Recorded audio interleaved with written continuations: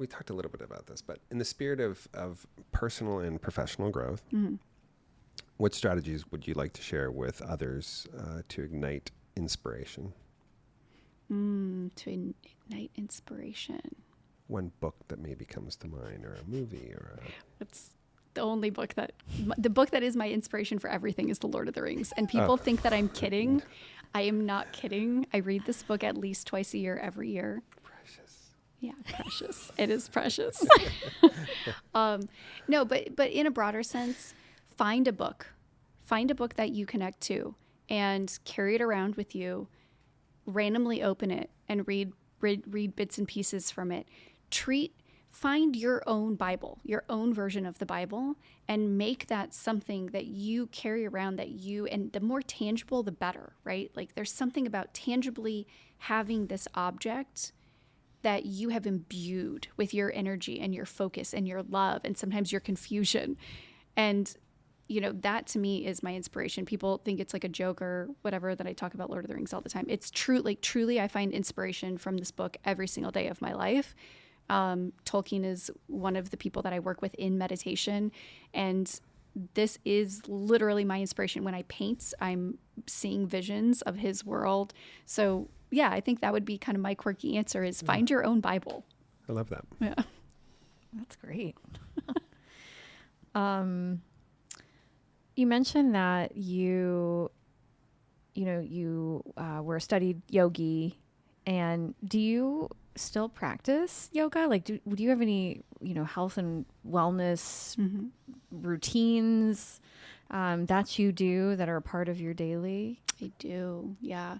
So the lineage that I studied under was a lineage of Kriya. So I use a lot of Kriya practices. Can you explain what Kriya is for people that don't understand? So Kriya is, well, yes and no. Kriya is, it's a little bit complicated. Kriya is a system that was kind of recirculated by several different yogis at the same time. But the one who probably gets the most notice is Lahrisi. And the system came from a man who never was in physical form, and his name was Babaji. He's called Babaji. Yeah. And so Babaji came to several different yogis and gave them the system of Kriya Yoga, which is really focused on moving energy through the central column of the body and then eventually into more subtle spaces of the body in order to connect you. In my language, I would say to the quantum field. That wasn't what they would say, but essentially that's how I understand it. So it's a lot of controlling the energy through the central column. And a main component of Kriya Yoga is Kachari Mudra, so folding the tongue up and back into the soft. So I do that still pretty often, as well as the binds. So the bond is different bonds to generate energy. Yeah. It definitely does work. Yeah, it's pretty intense. So that's again, with my design, I've learned that everything for me is going to move with the moon cycle. So I'll be real on that for a week or two, and then it'll shift into maybe I do more like a hatha style, just in my bedroom or whatever. I mean, I tend to like to do my practices alone.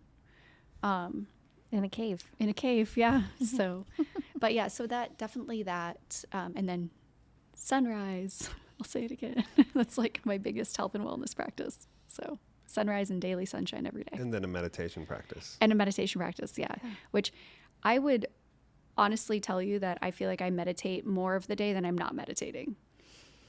Like that's, I delight in meditation and I challenge myself to see how I can make every moment of my day a meditation.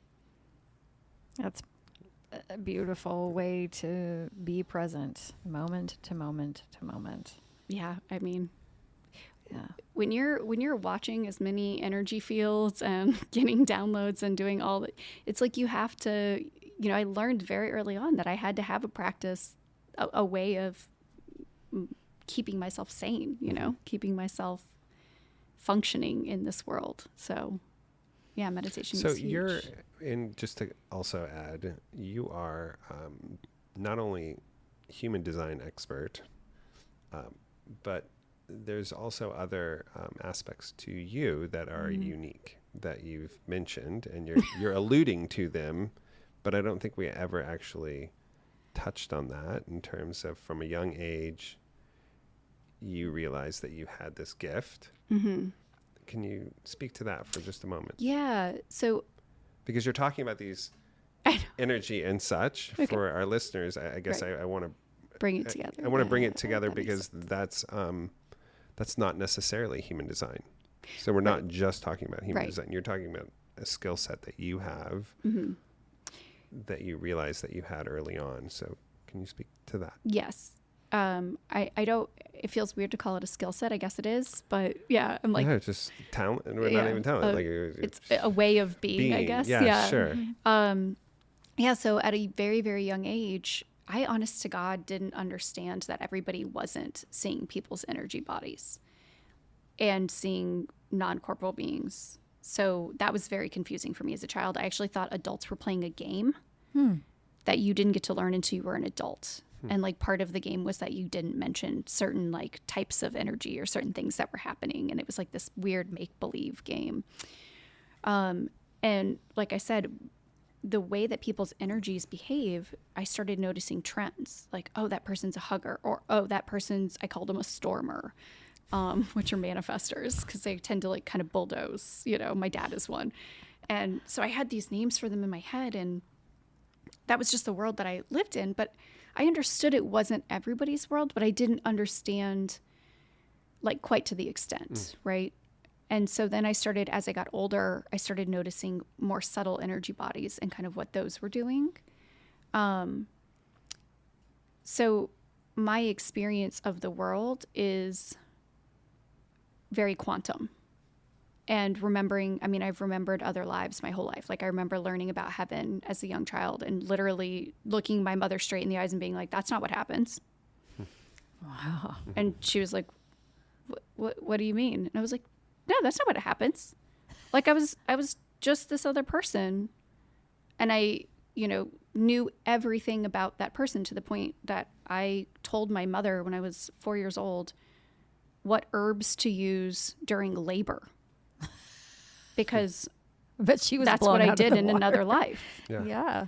And Wow. and my mom, being who she was, just kind of rolled with it and, made up a story for it about, Sure. I was touched by God or whatever. But so that has very much been my reality is, I would say I'm pathologically detached from reality because I am. I can't help it. Yeah.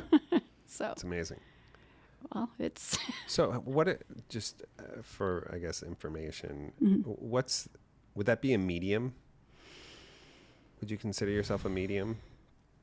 I mean, I often receive messages from people. Well, the trippy thing is really trying to get people to understand it, because 9 times out of 10, when I'm getting information about you, I'm getting information from another version of you in another space and time.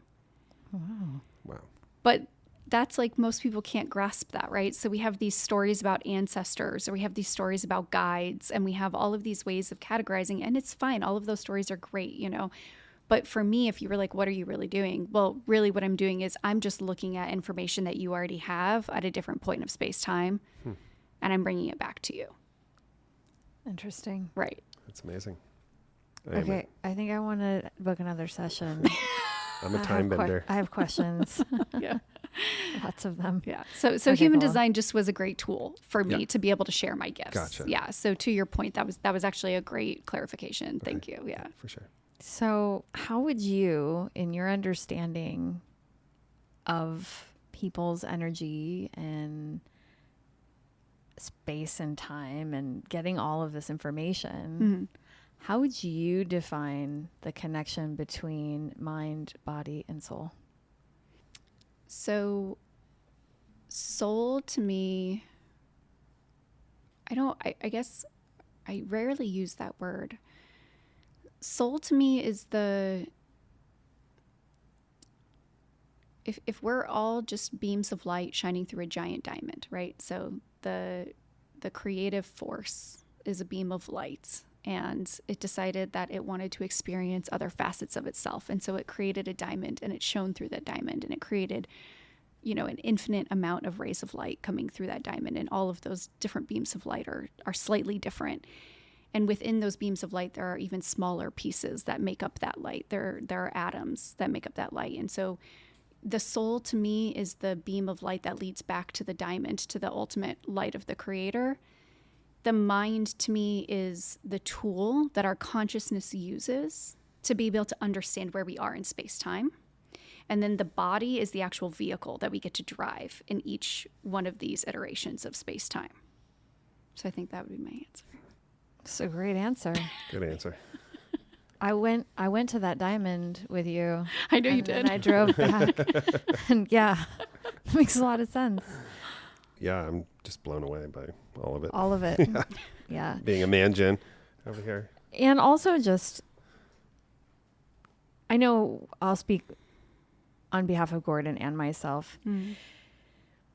It is really refreshing to be with someone and to listen to someone with these abilities and understanding, the knowledge.